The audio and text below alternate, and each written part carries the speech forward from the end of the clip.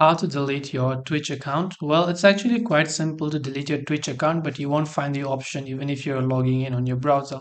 So the way to do this is first of all to go to twitch.tv, click on the profile icon from the top right hand side of the screen, and then simply navigate to the option right here known as settings.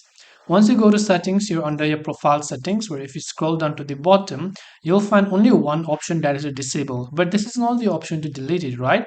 But what we're going to do is we're going to click on this disable account page.